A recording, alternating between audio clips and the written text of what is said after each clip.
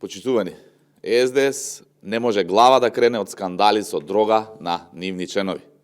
Нов скандал на повидок од страна на член на СДС, кој пред 2 дена бил фатен со дрога.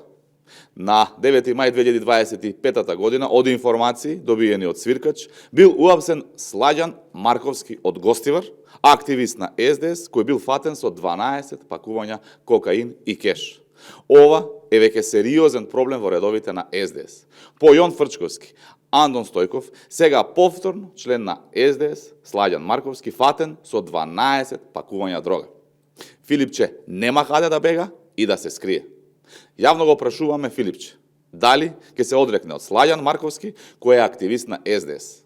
Дали ќе се одрекне и од Андон Стојков и Јон Фрчковски? Дали СДС со доаѓањето на Филипче како чувар на местото на Заев стана партија која секојдневно е поврзана со дрога и криминал? Македонската јавност има право да знае, а легитимно е да прашаме, дали Филипче има некаква поврзаност со членовите кои беа фаќани со дрога изминатиот период? Дали можеби и тој е влезен во некоја шема со дилање на дрога? Само пред да одговори, убаво да размисли, да не испадне на крај како со златната виза за Дубај.